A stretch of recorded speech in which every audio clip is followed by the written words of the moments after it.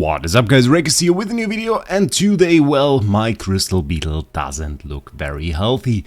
I was in fact afraid that he wouldn't make it until I wake up from sleeping a little bit, and well, he did, and just in time, AFK Analytica also posted a new guide on this crystal beetle.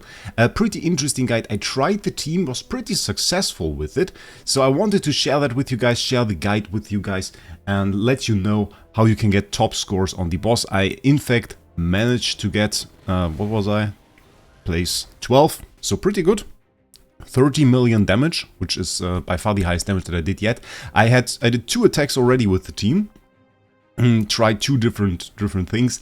We'll show you guys in a second, and was quite successful. 30 million, so we are now place 12, which is absolutely enough to get into the Eternal Inscription. So top loot for that. And the way this team now works, it includes Fresto. They feature different teams on the guide, so even if you don't have Fresto, you might just want to check it out, find yourself a team that works well for you.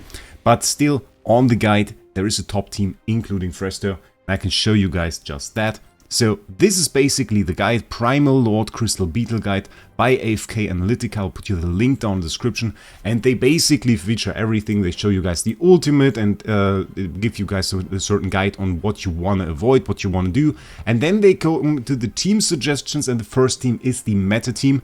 And don't be confused if you watch this on mobile, then the meta team is actually, this paragraph is actually below this picture. I first thought this was the meta team, but no, it's this one.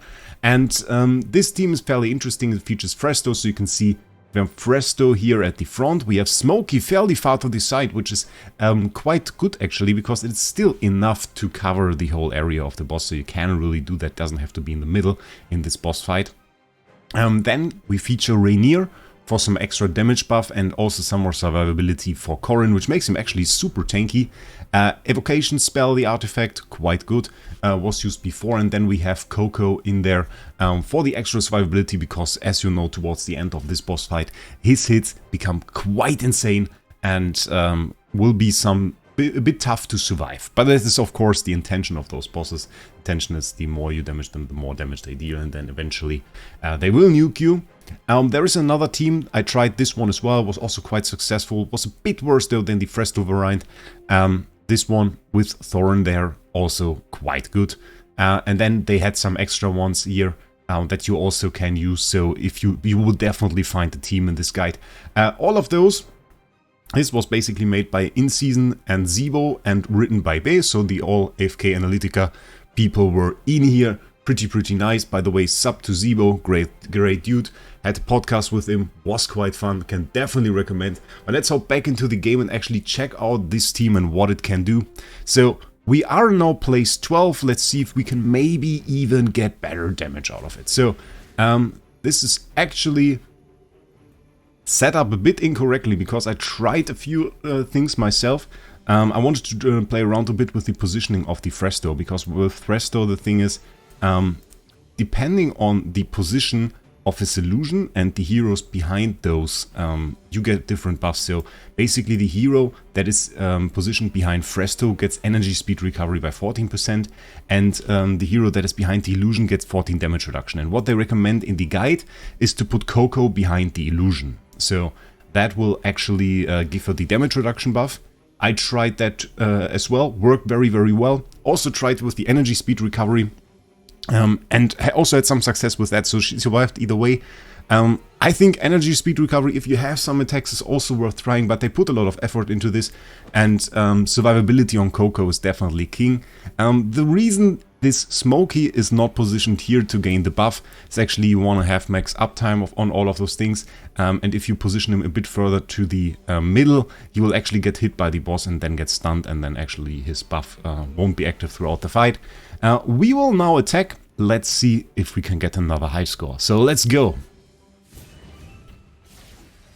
Yeah, you can see the boss instantly moving. Corrin is still right here in the back. It's now moving to the front. Oh, we don't have double speed. We should do double speed. I think that is quite appropriate for this boss. Corrin giving us some shields, and you can already see the main big attack from the boss goes down right the middle lane in this setup, so doesn't hit Smokey. So even if he didn't have a shield, he he would be fine. Can still hit the boss with his blue smoke, is a bit difficult to see right here. But you can see even this Fresto that is way outside is still within the range. By the way, I have a level 21 artifact there. You can get those later in the season. If you haven't reached those already, you get them through the tower. Tower challenges, they will give you a new resource that actually allows you to upgrade your artifacts beyond rank 20. Grants you some extra stats. It's not really that interesting in terms of effects, but extra stats, extra damage, we like it. Definitely good. And you can see my Fresto, by the way, just Mythic Plus. So it's not even like a Supreme Plus or something, or Paragon Fresto. I didn't upgrade him to Paragon yet. I will do so eventually, but for right now he's still Mythic Plus. Our Illusion just died there, so I don't think our Fresto is going to make it very long. No, definitely not the attack where we get a super big high score, but 29 mil, I think is pretty good. Is quite alright, and with the similar setup that I just described, actually with the energy speed recovery on the Coco, I got place 12 with like the 30 million score. So pretty good, pretty big damage, very nice team, and might have actually just come out in time because I was a bit badly positioned there because I used the Thorin team. Actually didn't know about this Rainier team, and well, this definitely helped. So now I'm at a nice position for the internal inscription to get some very nice loot. In fact, what do we have here? What do we even get? So this is expired. We are within 10 days. So maybe today we can get it. There are some Duros tokens there.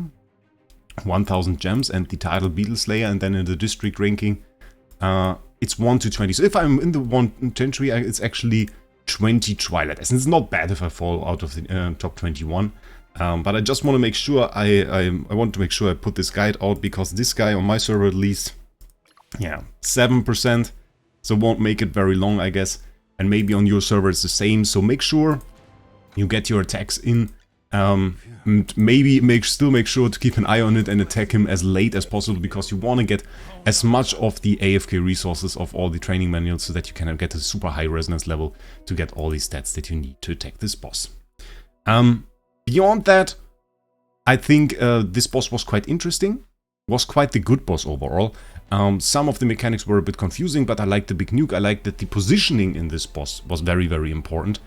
So that you put the Smokey to the side, that you wanted to figure all of that stuff out, that shields played a role. I think it was a very well designed boss. The only concern that I have right now is that we didn't see a second boss anywhere on the map yet. Last time when we were in Holystone, we saw of course the bear boss, we saw the wolf boss, and were excited to face them. And right now we didn't really see a second boss yet, so I don't want to say I'm concerned about it, but the thing is, I would love to fight a second primordial boss. It's just very fun to put out some videos, to figure out a good team, and then go for optimal damage. So that is something that I do really care for, so it would be nice to see a second boss. Maybe they have one planned. They didn't talk about this yet in the dev notes, but maybe we'll see that. Is a thing only time will tell us. But for now, definitely want to thank the whole AFK Analytica people. Very nice people, actually invited me to their Discord. Had a lot of fun there. For making this guide. Sibo also in there, very nice. Definitely subscribe to him, and I will put you guys the guide down in the pinned comment and in the description of this video so that you can check it out. And till then, I wish you a great day. I'll see us in the next one.